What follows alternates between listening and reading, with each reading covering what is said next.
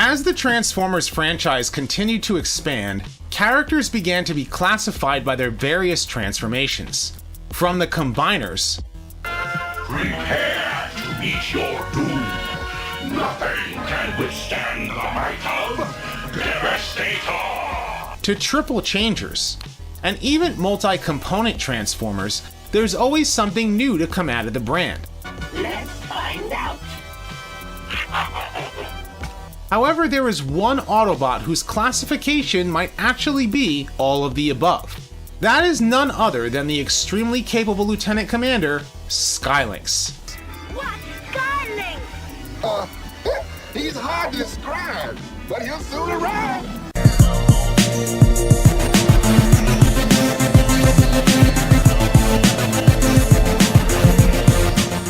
Consider supporting the channel on Patreon, or becoming a channel member today. In addition to importing Robo Mechabot 1 as Omega Supreme from Toybox in 1985, Hasbro acquired the exclusive rights to bring another motorized toy into the world of the Transformers. While it was never released elsewhere previously, this dinosaur shuttle was released in the Transformers toy line as Sky Lynx in 1986. Look, it's Predaking! We must think we in big trouble. Not to worry, here comes Sky Lynx! The toy can transform from a space shuttle with a transport platform into two separate components that transform into a Lynx and a dino-bird. Recombining them forms the mighty Sky Lynx's Dino Blast mode. Very much like Omega Supreme, Sky Lynx featured the ability to roll when in shuttle mode and walk in Lynx or Dino Blast mode. Because the toy was manufactured by one of Takara's competitors, Sky Lynx could not initially be sold in Japan. However, after Toybox merged with Tomy, and later with Takara, the mold was later found in Tomy's warehouse and was finally released as an encore reissue in 2008. In his profile, as written by Bob Budiansky, the self-centered and boastful Sky Lynx is a powerful fighter who can travel between star systems at amazing speeds. His reinforced hull allows him to take a lot of punishment from enemy fire, and his acetylene blaster in his cockpit can fire at temperatures above 3,000 degrees. First appearing in the cartoon episode 5 Faces of Darkness Part 5, Sky Lynx was called to help Blur, Wheelie, and Marissa Fairborn, who were stranded on Jupiter's moon, Io. Board quickly! Incidentally, they were attacked by the Predacons, who find Sky Lynx to be a formidable foe. Although they merged to form Predaking, Sky Lynx transformed into his Dino Blast mode to take Predaking off his feet. Sky Lynx's superior firepower then prompted the Predacons to retreat.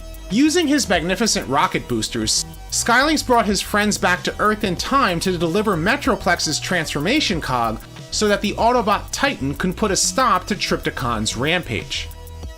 After his initial confrontation, Sky Lynx developed a rivalry with the Predacons, as they clashed quite frequently throughout Season 3. I thought you scrawny beasts had had enough of her licking for one day! Voiced by Aaron Kincaid, Sky Lynx boasted about his talents quite often. Everybody out! Another perfect flight completed by yours truly, Sky Lynx. Flawless, right down to the landing, naturally. In fact, it even compelled Springer to give him an interesting nickname. Well, Commander Modesty's here. Because he was faster and more energy efficient than Omega Supreme, Sky Lynx was used as one of the Autobots' primary transports as they sought to bring peace throughout the galaxy.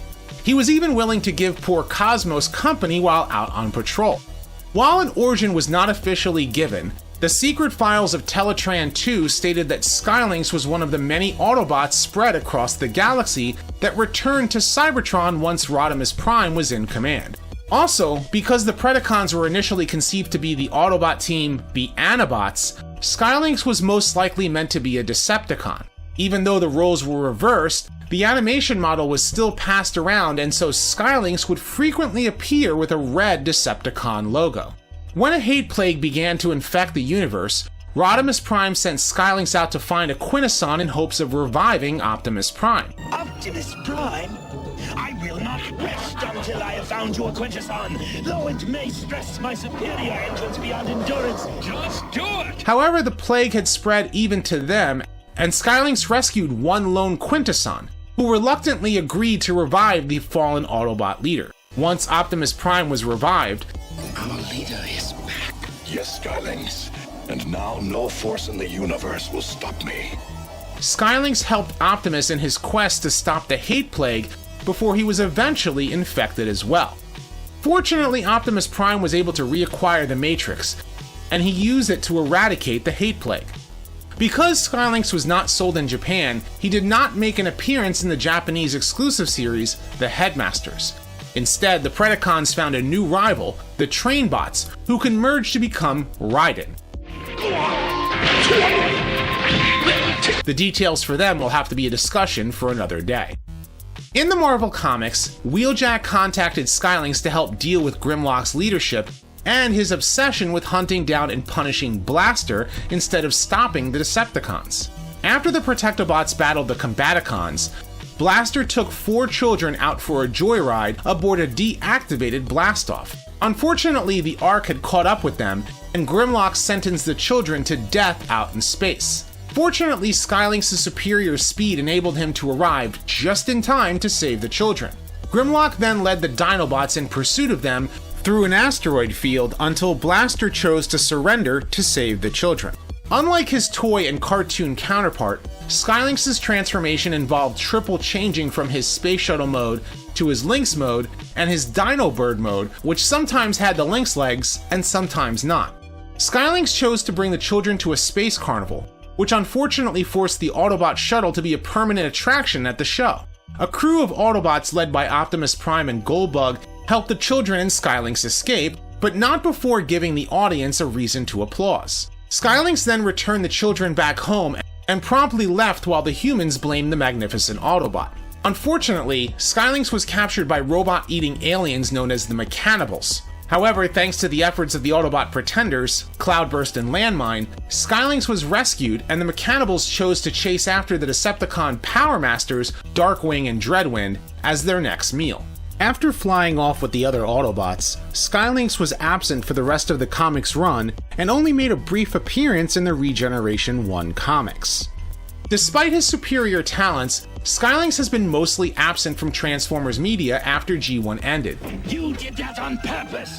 It was an accident. Even though he transformed into a large beast, he was not even used during the Beast era. It wasn't until the Dreamwave comics that Sky Lynx made a brief return. Shuttling aboard Sky Lynx, Ultra Magnus traveled to Earth to arrest Optimus Prime when Cybertron was under Shockwave's command. After Cybertron was liberated, Starscream escaped with a group of Decepticons, only to discover that their shuttle was none other than Sky Lynx. However, Starscream managed to take control over Sky Lynx from within and came to Earth, where they used their captive as a punching bag.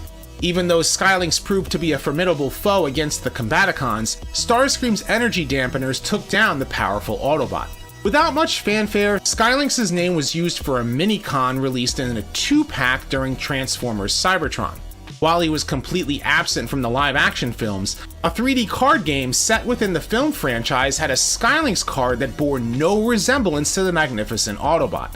Sky Lynx also briefly appeared in the Shattered Glass universe as an evil Autobot who strangely used his Lynx head while in Dino Blast mode. In the Aligned continuity, Sky Lynx was reimagined as a Predacon clone created by Shockwave in the Transformers Prime movie Predacons Rising. Voiced by Nolan North, Sky Lynx was sent with his brother, Dark Steel, to hunt for more Predacon remains. So, you find me amusing. And were both a force to be reckoned with. I say we show the Lord of the Undead what it's like to be unliving. Rip them to shreds. However, they were no match for Unicron, who had powered up and possessed Megatron's body. Eventually, the duo fell under the leadership of Shockwave's first successful Predacon clone, Predaking. I am not your boss. I am your king. The 3 Predacons then helped the Autobots to stop Unicron from destroying Cybertron. Once the threat of the Chaosbringer was stopped, the Predacons began to hunt Starscream to enact revenge. Unfortunately, Sky Lynx and Dark Steel were killed when Starscream stumbled upon the powerful autogun defenses in the Decepticon fortress of Darkmount.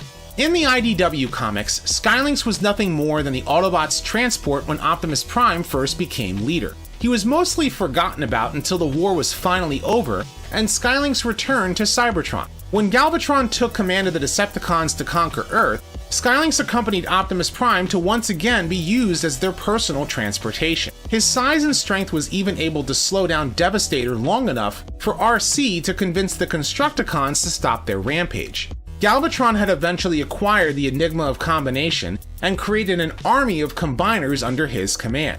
During the battle, the energy of the Enigma merged Sunstreaker, Thundercracker, Cosmos, Slugslinger, and Sky Lynx into Sky Rain. Completely under Galvatron's control, Sky Rain faced off against Superion until the Autobots were able to give Superion the ability to nullify the power of the Enigma. The details for that I have covered previously. After the combining incident, Sky Lynx was treated more like the Autobots' transport dog, and was just happy to have his Energon bowl full. To go along with his combination seen in the comics, a new Sky Lynx toy was released during the Combiner Wars toy line. Unlike his G1 counterpart, Sky Lynx did not separate into two components. Instead, the Lynx mode formed the torso of Sky Rain, and the marketing on the packaging had Trailbreaker, Wheeljack, Hound, and Smokescreen act as his limbs, and they were sold separately. In Japan, Smokescreen was replaced with Ratchet, as they were sold in a gift set, naming the combiner Lynx Master. In the tie-in Legends manga, the power of Vector Sigma upgraded Sky Lynx and his disaster relief team to combine into Lynx Master, who battled against Grand Galvatron. When Unicron attempted to take over Cybertron, Lynx Master transformed into a four-legged mode in which Optimus Maximus rode long enough to banish the Chaos Bringer back into deep space. Confusion about how to classify Sky Lynx came as early as the first advertisement for the character. Meet Sky Lynx, this ferocious motorized Autobot triple changes from Space Shuttle to Bird and Lynx, and then combines to form Sky Lynx. Based on some of his modes, some have even tried to classify him as a Dinobot as well.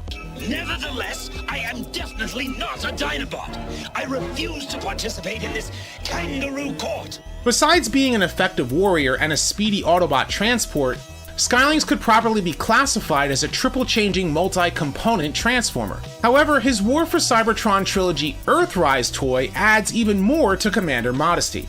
Finally giving Sky Lynx his due, Hasbro was able to deliver a Commander-class space shuttle that is officially licensed by NASA, even naming the shuttle itself the Magnificence. Transforming from his classic space shuttle mode, his glorious Dino-Blast mode can even rival the likes of Power of the Prime's Predaking. But unlike his smaller Combiner Wars toy, he can still separate into his dino-bird and Lynx mode like his G1 counterpart. To add more playability to him, and the fact that the Micromaster Countdown came with Omega Supreme, Sky Lynx can now transform into a fourth shuttle base mode, similar to the G1 Micromaster shuttle base. This now makes him a multi-changer. Despite being absent from a lot of Transformers media and some of the treatment he's had in some continuities, we can hope that the advent of his new toy marks a new beginning for Sky Lynx. Hopefully he can make an appearance in the new War for Cybertron cartoon scheduled to air on Netflix. Until then, we'll just have to wait and see. Save your ammunition, Autobots! Superior forces are taking over! But what do you think? What do you classify Sky Lynx as, and are you excited for his new Commander class toy? Leave your thoughts in the comments section below, and if you like this video, be sure to thumbs up and subscribe. I'd like to thank my patrons and my channel members for your support. I have many more Transformers discussion videos like this coming soon, so stay tuned. And as always, until next time, till all are one. Now, remember, before you do anything, think, is this what Sky Lynx would do in my position? And you will not go far wrong.